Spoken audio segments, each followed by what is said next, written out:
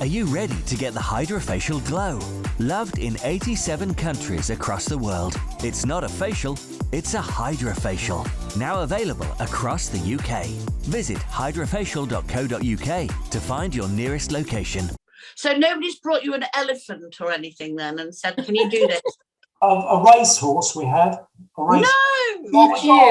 Yeah, we had someone bring in a race. We weren't able to facilitate it, but it was quite interesting. Hello!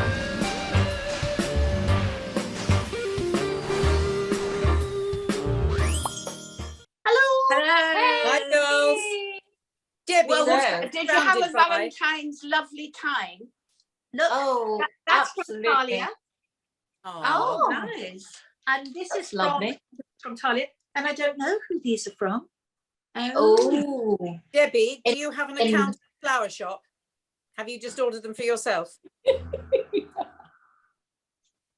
Have you ever done that? You see, you can't get away. I've got this. This is from the lovely Andrew Robley. Oh, I love Andrew. Yeah. Oh, lovely. God bless him. I once bought somebody a toilet seat for Valentine's Day and put on it something else for you to shit on. I remember telling us last year. It was one of my best things ever. I just really, really had a good time. I mean, I do love Valentine's Day. My first time, still got all the Valentines I've ever been given. It's not very many, but both John and David bought me some lovely Valentines and such lovely things. I love them. I used to love all the. Do you remember the huge, like what Clinton card things? You know, with the big hearts and roses. Yeah. Do people still do that? I don't think they do they? I think they probably do, you know. I think they do. I remember my first Valentine at 14 and there was no name in it, and I'm still convinced it was my Auntie Betty, but she never owned up. I didn't know any I boys. used to do it all the time with Keely. Always make sure she had a Valentine. I still do it for my kids. I still do it. You don't? Mad. They're adult. I do. Oh. It's just chocolates. What can you do? But don't tell them. Oh, that's very funny. They think it's someone special. Of course. It is someone special. It's their mummy. Their mum.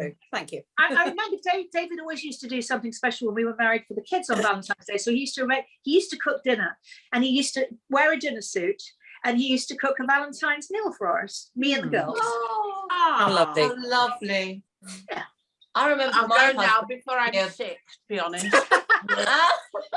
My husband gave me a record, a vinyl with I'd rather leave if I'm in love. Do you remember that wonderful song? I'd rather leave, now I'm in love. And I thought that was a sign, darling, a sign. No, I don't remember that at all. Anyway, we have our Valentine's guest. Oh, yes. He is Posh Pawn. Now, it's not porn, Sherry. He's not a porn. It's Well, a P-A-W-M. He's a porn star. A posh porn star. I'm getting myself into so much trouble. It doesn't sound any better, darling. I'm sorry. Yeah, because at ITV's Posh Pawn, I remember when it first started actually, me thinking, oh, it's Posh Pawn. But anyway, it is Posh Pawn, but it's Posh Pawn, P-A-W-N. And it's the lovely, the very handsome James Constantinou. Hello. Hi, James. Welcome. How are James, you are our Valentine. Well, that's very nice. I'm honoured. Thank you. Yeah, I've got all these little hearts, little roses, and thank you for the roses outside the door. They were just lovely. Well, I'm glad they got there in the end. It's nice. Yeah, I don't think we've got roses. Has anyone else? No, we didn't. Yes, I've got 5,000 roses. We're in the middle of a pandemic, so just bear with it. I think maybe that's the lorry. Exactly. I can hear a lorry backing up, so it's probably that for me. Got some daisies behind you there, I can see. Yeah. So James, tell us. I mean, your where you've come from to where you are now. I mean, how did it start with little East End boy? Tell us the beginning.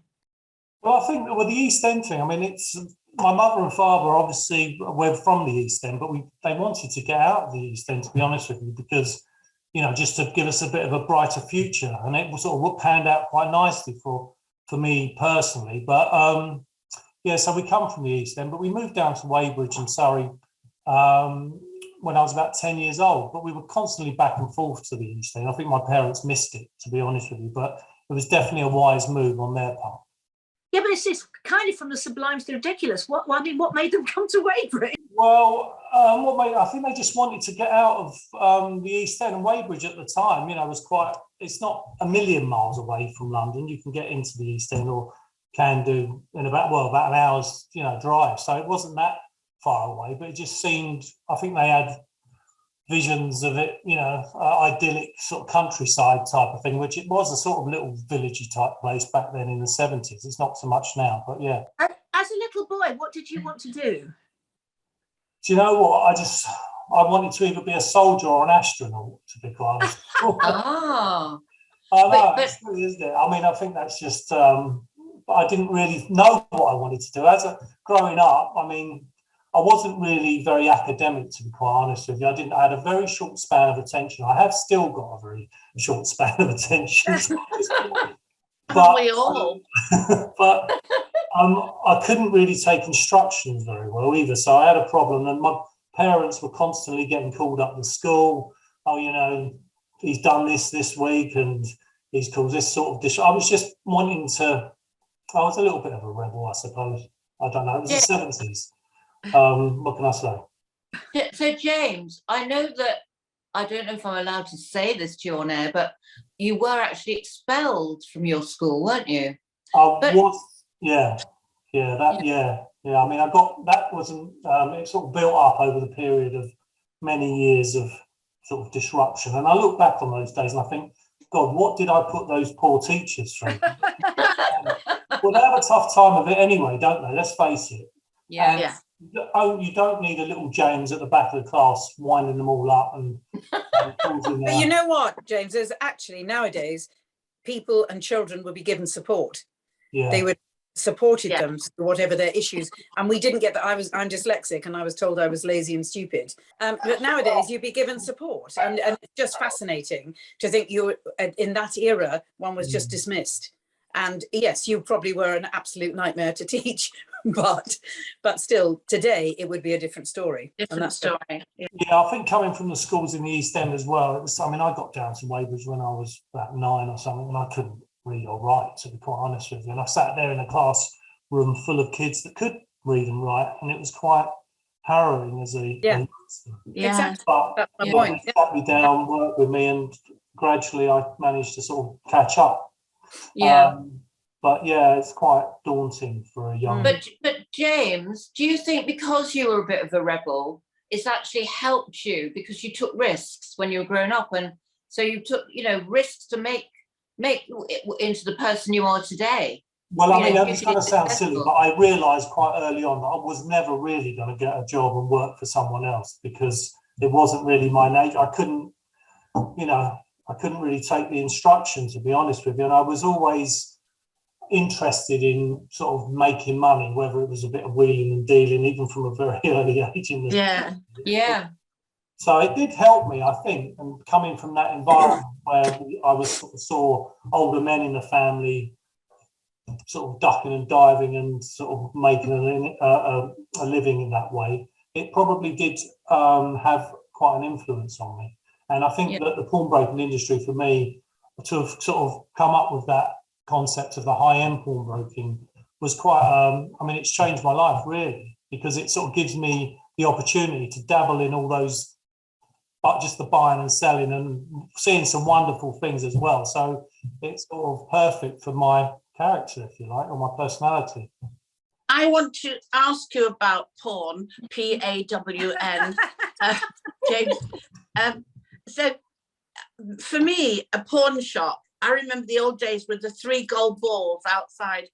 People used to go in, didn't they, in the days gone by, and they would, I don't know, pawn their watch or their rings for food, and that was kind of what it was known for. But you've taken it to a real different level, haven't you?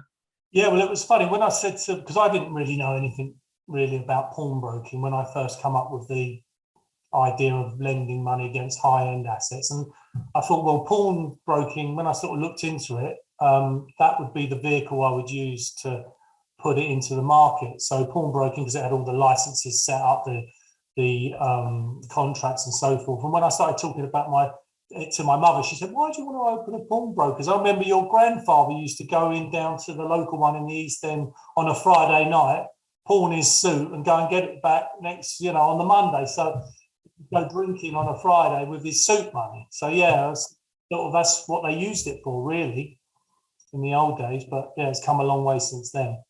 But then you must have had such a vision to think, actually, do you know what?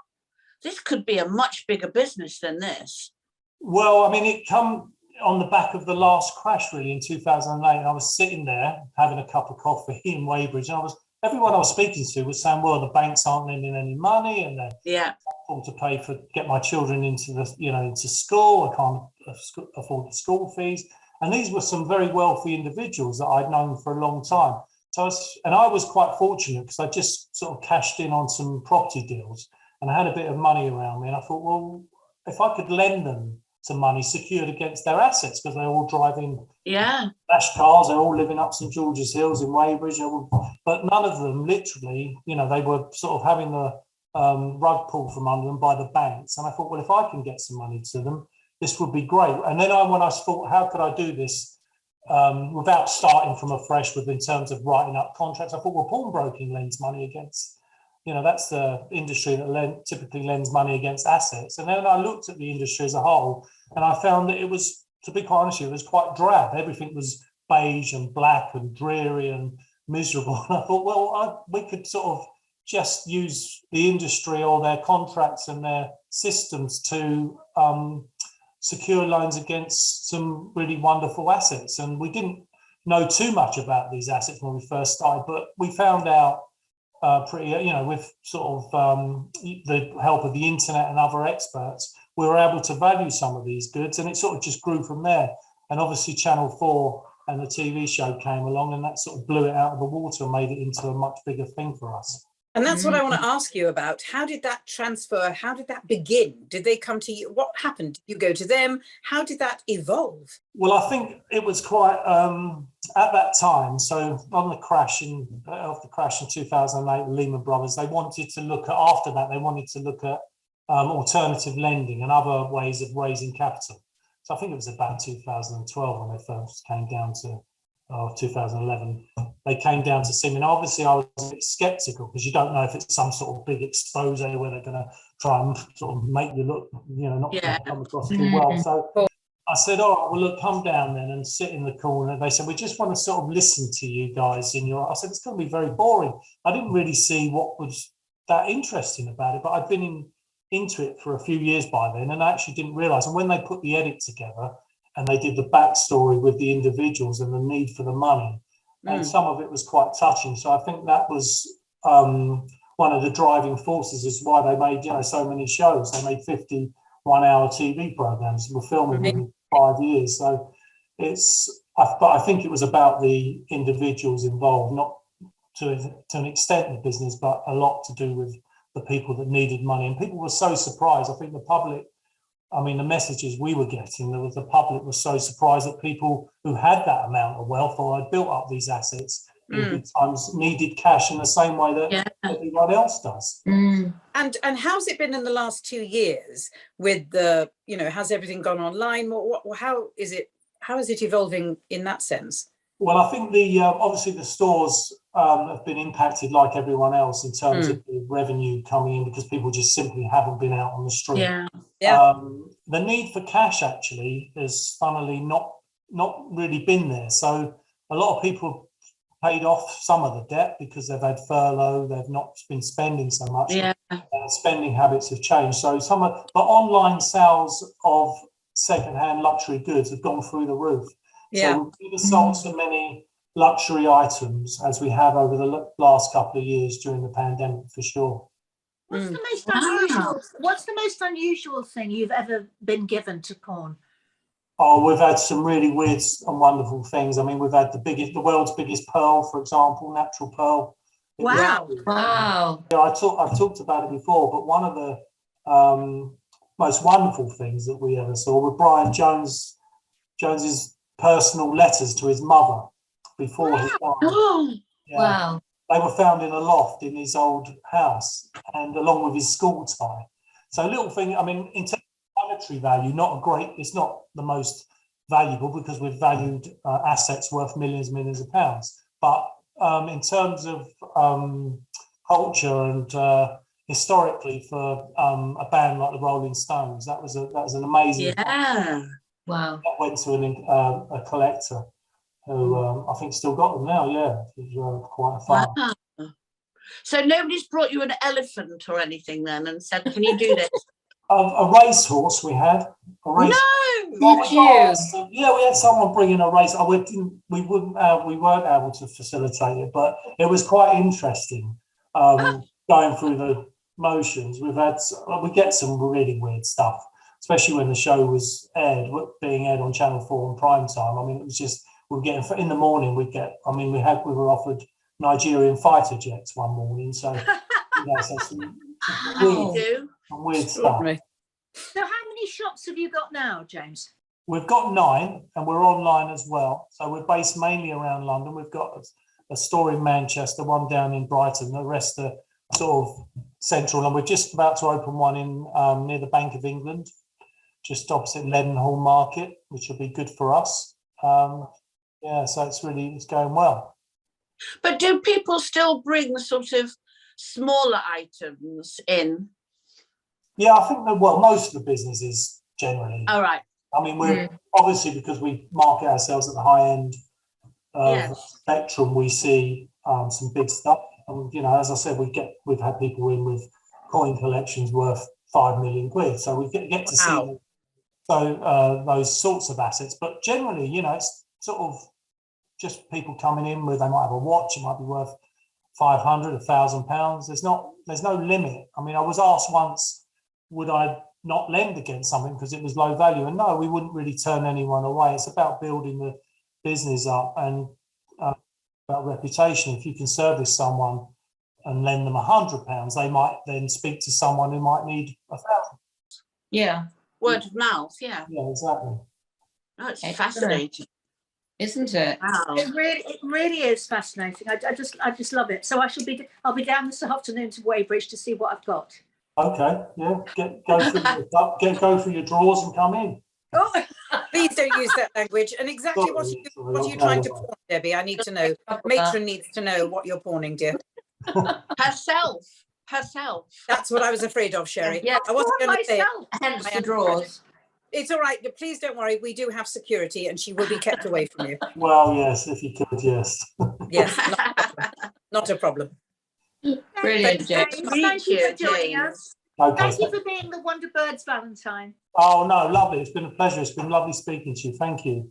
Thank you. Bye. Bye, James. Bye. Bye. Wow. Wow. There you are. Not an elephant, but a racehorse. There you go. I know. The elephant is from. How funny, though. What an amazing It's a Isn't it? racehorse. Actually, my image, you see, is him with a little shop. Somebody knocks on the door and brings a racehorse in. And goes, "Hello, Gov, can you pull this boy here? Because we don't need him anymore." Oh. Now, the shops are really, really beautiful, actually, inside. If you Google it, they're called Posh Pawn. But I mean, they're just sensational. They really are. They're all white and pretty, and everything's laid out. I can only imagine, like the little shops.